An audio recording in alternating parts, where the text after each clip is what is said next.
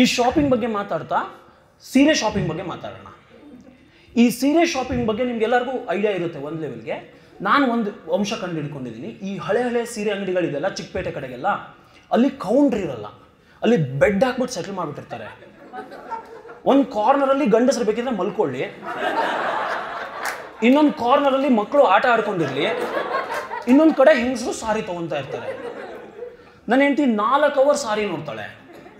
ಅದರಲ್ಲಿ 10 ಸಾರಿ ನನ್ನ ಹತ್ರ ತೋರಿಸ್ಬಿಟ್ಟು ಕೇಳ್ತಾಳೆ, ಇದು ಚೆನ್ನಾಗಿದೆಯಾ, ಇದು ಚೆನ್ನಾಗಿದೆಯಾ ಅಂತ. ನನ್ನ ಹತ್ರ 4 ಸ್ಟ್ಯಾಂಡರ್ಡ್ ಡೈಲಾಗ್ ಇದೆ, ನೆನ್ಪಿಟ್ಕೊಂಬಿಡಿ. 5ನೇದು ಬೇಕಾಗಲ್ಲ. ಇದ್ರದ್ದು ಬಾರ್ಡರ್ ಚೆನ್ನಾಗಿದೆ, ಇದ್ರದ್ದು ಪಲ್ಲು ಚೆನ್ನಾಗಿದೆ, ಈ ಕಲರ್ ನಿನ್ನ ಹತ್ರ ಆಲ್ರೆಡಿ ಇದೆ, ಇದ್ರದ್ದು ಕಾಂಟ್ರಾಸ್ಟ್ ಚೆನ್ನಾಗಿದೆ, ಕಾಂಟ್ರಾಸ್ಟ್ ಇಸ್ ದ ಟ್ರೆಂಡ್. ಇದೊಂದು ಡೈಲಾಗ್ ಎಕ್ಸ್ಟ್ರಾ ಆ್ಯಡ್ ಮಾಡ್ತಾರೆ. ಇದ್ರ ಮೇಲೆ 5ನೇ ಡೈಲಾಗ್ ಬೇಡ.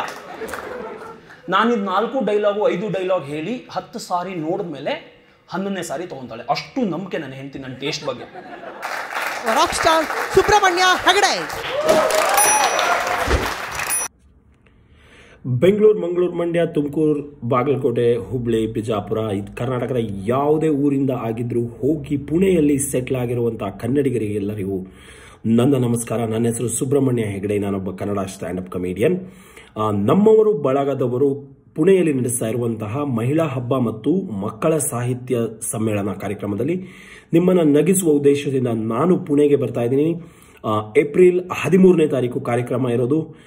ಪುಣೆಯಲ್ಲಿ ಇರೋ ಕನ್ನಡಿಗರು ನೀವಾದರೆ ತಪ್ಪದೆ ಈ ಕಾರ್ಯಕ್ರಮಕ್ಕೆ ಬನ್ನಿ, ಸಿಗೋಣ.